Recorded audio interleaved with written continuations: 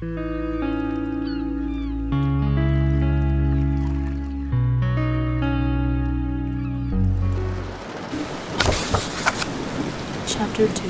The Vanishing Glass. Nearly 10 years had passed since the Dursleys had woken up to find their nephew on the front step, but Privet Drive had hardly changed at all. The sun rose on the same tidy front gardens and lit up the brass number 4 on the Dursleys' front door. It crept into their living room, which was almost exactly the same as it had been on the night when Mr. Dursley had seen that fateful news report about the owls. Only the photographs on the mantelpiece really showed how much time had passed. 10 years ago, there had been lots of pictures of what looked like a large pink beach ball wearing different colored bonnets, but Dudley Dursley was no longer a baby, and now the photographs showed a large blond boy riding his first bicycle on a carousel at the fair, playing a computer game with his father, being hugged and kissed by his mother. The room held no sign at all that another boy lived in the house too. Yet Harry Potter was still there, asleep at the moment, but not for long.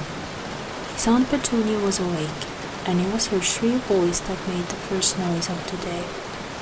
Up! Get up! Now! Harry woke with a start. His aunt rapped on the door again. Up! She screeched. Harry heard her walking toward the kitchen, and then the sound of the frying pan being put on the stove.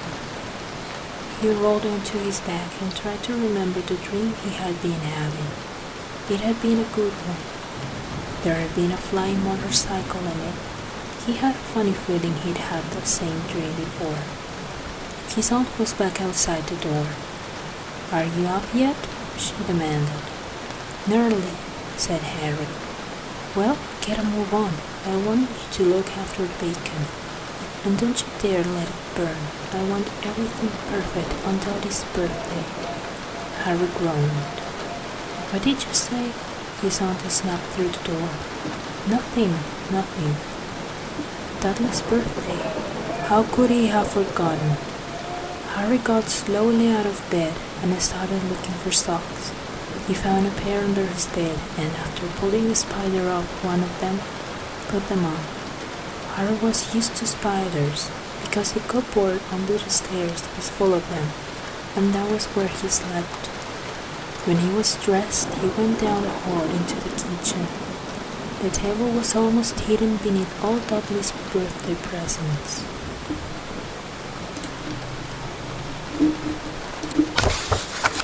It looked as though Dudley had gotten the new computer he wanted, not to mention the second television and the racing bike. Exactly why Dudley wanted a racing bike was a mystery to Harry, as Dudley was very fat and hated exercise, unless of course it involved punching somebody. Dudley's favorite punching bag was Harry, but he couldn't often catch him. Harry didn't look it, but he was very fast. Perhaps he had something to do with living in a dark cupboard, but Harry had always been small and skinny for his age. He looked even smaller and skinnier than he really was, because all he had to wear were old clothes of Dudley's, and Dudley was about 4 times bigger than he was. Harry had a thin face, knobbly knees, black hair, and bright green eyes. He wore round glasses held together with a lot of Scotch tape, because all of the times Dudley had punched him on the nose. The only thing Harry liked about his own appearance was a very thin scar on his forehead that was shaped like a bolt of lightning. He had had it as long as he could remember, but the first question he could ever remember asking his Aunt Petunia was how he had gotten it. In a car crash when your parents died, she had said, and don't ask questions. Don't ask questions. That was the first rule for a quiet life with the Dursleys. Uncle Vernon entered the kitchen as Harry was turning over the bacon. Comb your hair, he barked, by way of a morning greeting. About once a week, Uncle Vernon looked over the top of his newspaper and shouted that Harry needed a haircut. Harry must have had more haircuts than the rest of the boys in his class put together, but it made no difference. His hair simply grew that way, all over the place. Harry was frying eggs by the time Dudley arrived in the kitchen with his mother. Dudley looked a lot like Uncle Vernon. He had a large pink face, not much neck, small watery blue eyes, and thick blonde hair that lay smoothly on his thick, fat head. Aunt Petunia often said that Dudley looked like a baby angel.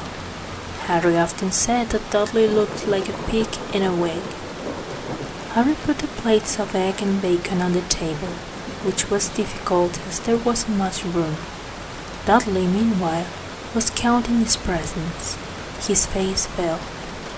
36, he said, looking up at his mother and father. That's 2 less than last year. Darling, you haven't counted Auntie March's present. See, it's here under this big one from Mommy and Daddy. All right, 37 then, said Dudley, going red in the face. Harry, who could see a huge Dudley tantrum coming on, began wolfing down his bacon as fast as possible in case Dudley turned the table over. Aunt Petunia obviously scented danger too, because she said quickly, "And we'll buy you another 2 presents while we're going out today. How's that, Pumpkin? 2 more presents, is that all right?" Dudley thought for a moment. It looked like hard work. Finally he said slowly, "So, I'll have 39, sweetums," said Aunt Petunia. "Oh," Dudley sat down heavily and grabbed the nearest person. "All right then." Uncle Vernon chuckled. Little Tyke wants his money's worth, just like his father. Attaboy, Dudley. He ruffled Dudley's hair. At that moment the telephone rang and Aunt Petunia went to answer it, while Harry and Uncle Vernon watched Dudley unwrap the racing bike, a video camera, a remote controller playing 16 new computer games, and a VCR. He was ripping the paper off a gold wristwatch when Aunt Petunia came back from the telephone looking both angry and worried. "Bad news, Vernon," she said. "Mrs. Fig's broken her leg. She can't take him." She jerked her head in Harry's direction. Dudley's mouth fell open in horror, but Harry's heart gave a leap. Every year on Dudley's birthday, his parents took him and a friend out for the day, to adventure parks, hamburger restaurants, or the movies. Every year, Harry was left behind with Mrs. Fig, a mad old lady who lived 2 streets away. Harry hated it there. The whole house smelled of cabbage, and Mrs. Fig made him look at photographs of all the cats she'd ever owned. "Now what?" said Aunt Petunia, looking furiously at Harry as though he'd planned this. Harry knew he ought to feel sorry that Mrs. Fig had broken her leg, but it wasn't easy when he reminded himself it would be a whole year before he had to look at Tickles, Snowy, Mr. Paws, and Tofty again. "We could phone Marge," Uncle Vernon suggested. "Don't be silly, Vernon. She hates the boy." The Dursleys often spoke about Harry like this, as though he wasn't there, or rather, as though he was something very nasty that couldn't understand them, like Sloth. "What about what's her name, your friend? Yvonne?"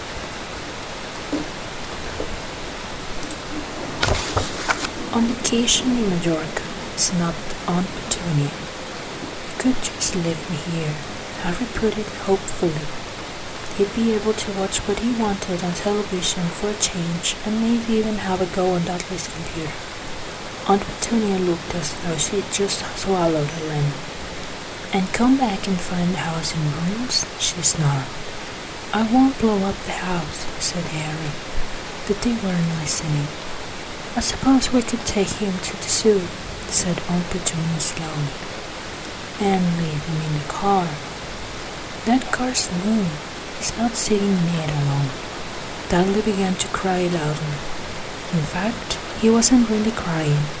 It had been years since he'd really cried, but he knew that if he screwed up his face and wailed, his mother would give him anything he wanted. Dinky Toddy Dums, don't cry. You won't let him spoil your special day, she cried, flinging her arms around him. I don't want him to come, Dudley yelled between huge pretend sobs. He always spoils everything. He shot Harry and Musty Green through the gap in his mother's arms. Just then, the doorbell rang. Oh, good Lord, they're here, said Aunt Petunia frantically, and a moment later, Dudley's best friend, Pierce Polkiss, walked in with his mother. Pierce was a scrawny boy with a face like a rat. He was usually the one who held people's arms behind their backs where Dudley hid them. Dudley stopped pretending to cry at once.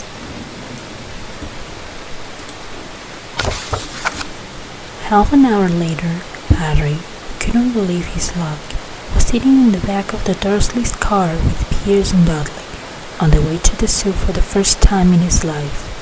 His aunt and uncle hadn't been able to think of anything else to do with him, but before they left, Uncle Vernon had taken Harry aside. I'm warning you, he had said, but in his large purple face right up close to Harry's. I'm warning you now, boy. Any funny business, anything at all, and you'll be in that cupboard from now until Christmas. I'm not going to do anything, said Harry. Honestly. But Uncle Vernon didn't believe him. No one ever did. The problem was, strange things often happened around Harry, and it was just no good telling the Dursleys he didn't make them happen. Once, Aunt Petunia, tired of Harry coming back from the barber's looking as though he hadn't been at all, had taken a pair of kitchen scissors and cut his hair so short he was almost bald, except for his bangs, which she left to hide that horrible scar. Dudley had laughed himself silly at Harry, who spent a sleepless night imagining school the next day, where he was already laughed at for his baggy clothes and taped glasses. Next morning, however, he had gotten up to find his hair exactly as it had been before Aunt Petunia had sheared it off. He had been given a week in his cupboard for this, even though he had tried to explain that he couldn't explain how it had grown back so quickly. Another time, Aunt Petunia had been trying to force him into a revolting old sweater of Dudley's, brown with orange puff balls. The harder she tried to pull it over his head, the smaller it seemed to become, until finally it might have fitted his hand puppet, but certainly wouldn't fit Harry. Aunt Petunia had decided it must have shrunk in the wash and, to his great relief, Harry wasn't punished. On the other hand, he got into terrible trouble for being found on the roof of the school kitchens. Dudley's gang had been chasing him as usual when, as much to Harry's surprise as anyone else's, there he was sitting on the chimney. The Dursleys had received a very angry letter from Harry's mistress telling them Harry had been climbing the school buildings.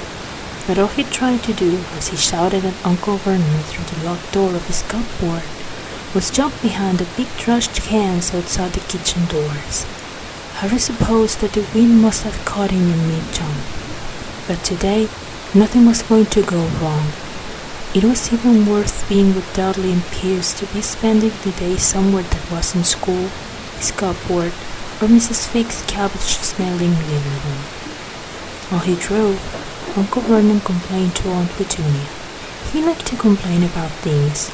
People at work, Harry, the council, Harry, the bank, and Harry were just a few of his favorite subjects. This morning, it was motorcycles. Roaring along like maniacs, the young hoodlums, he said, as a motorcycle overtook them.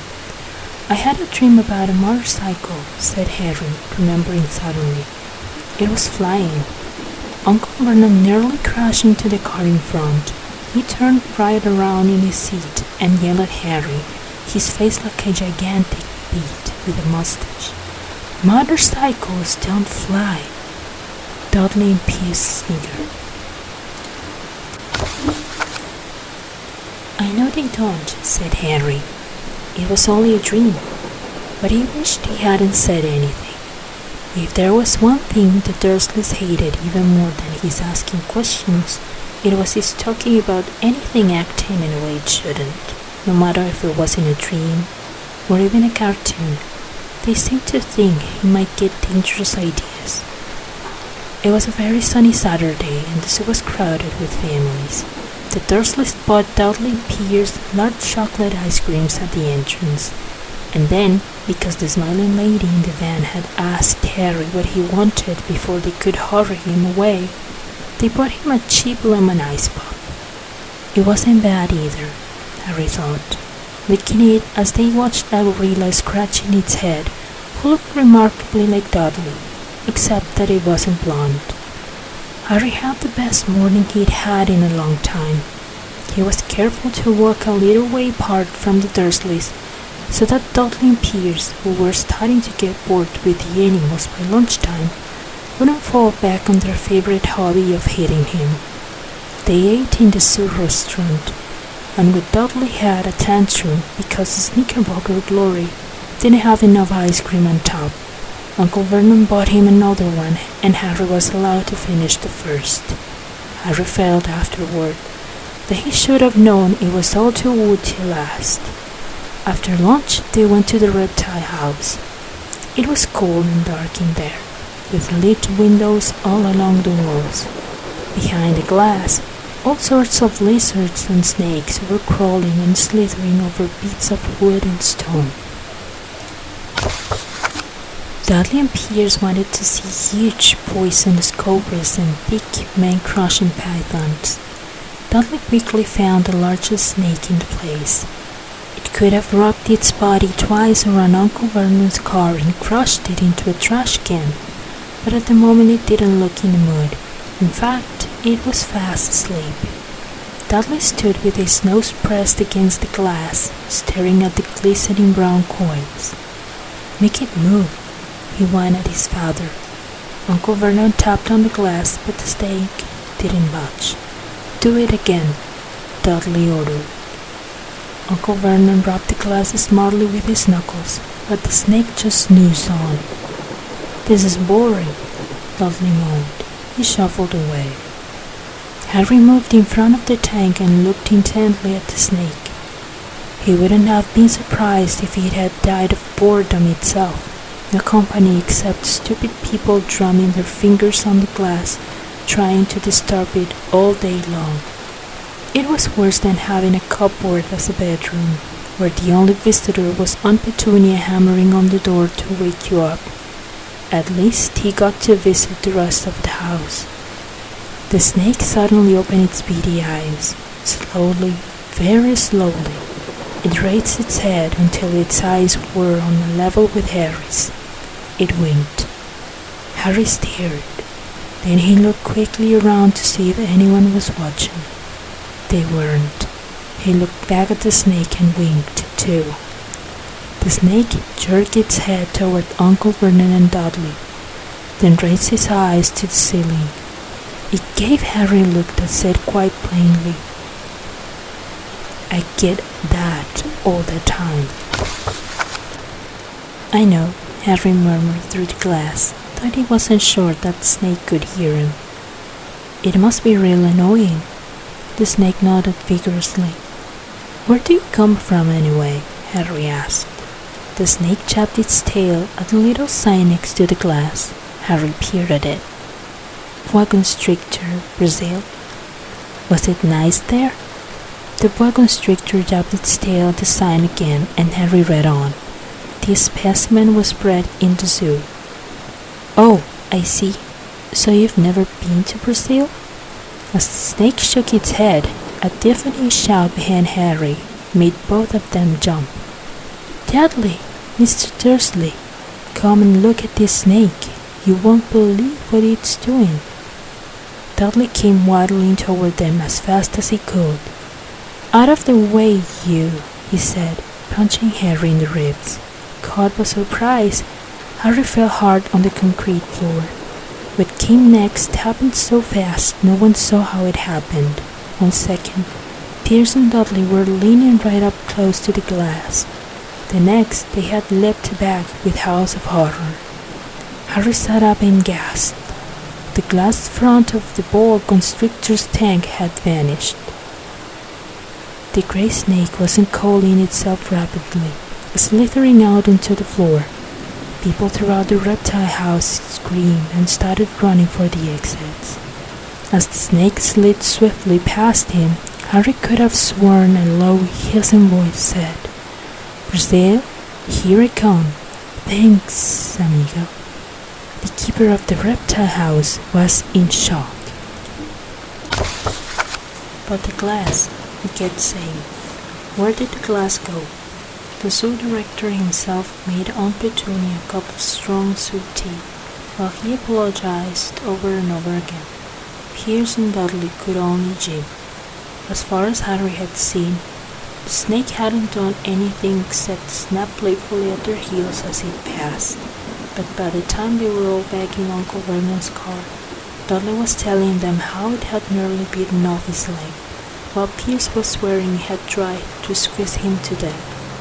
But worst of all, for Harry at least, was Pierce calming down enough to say, "Harry was talking to it, weren't you, Harry?" Uncle Vernon waited until Pierce was safely out of the house before starting on Harry. He was so angry he could hardly speak. He managed to say, "Go, cowboy, stay, no news," before he collapsed into a chair, and Aunt Petunia had to run and get him a large brandy. Harry lay in his dark cupboard much later, wishing he had a watch. He didn't know what time it was, and he couldn't be sure the Dursleys were asleep yet. Until they were, he couldn't risk sneaking to the kitchen for some food. He had lived with the Dursleys almost 10 years. 10 miserable years, as long as he could remember, ever since he'd been a baby and his parents had died in that car crash. He couldn't remember being in the car when his parents had died. Sometimes, when he strained his memory during long hours in his cupboard, he came up with a strange vision, a blinding flash of green light and a burning pain on his forehead. This, he supposed, was the crash, though he couldn't imagine where all the green light came from. He couldn't remember his parents at all. His aunt and uncle never spoke about them, and of course he was forbidden to ask questions. There were no photographs of them in the house. When he had been younger, Harry had dreamed and dreamed of some unknown relation coming to take him away, but it had never happened. The Dursleys were his only family. Yet, sometimes he thought, or maybe hoped, that strangers in the street seemed to know him. Very strange strangers they were, too. A tiny man in a violet top hat had bowed to him once while out shopping with Aunt Petunia and Dudley. After asking Harry furiously if he knew the man, Aunt Petunia had rushed them out of the shop without buying anything. A wild-looking old woman, dressed all in green, had waved merrily at him once on a bus. A bald man in a very long purple coat had actually shaken his hand in the street the other day and then walked away without a word.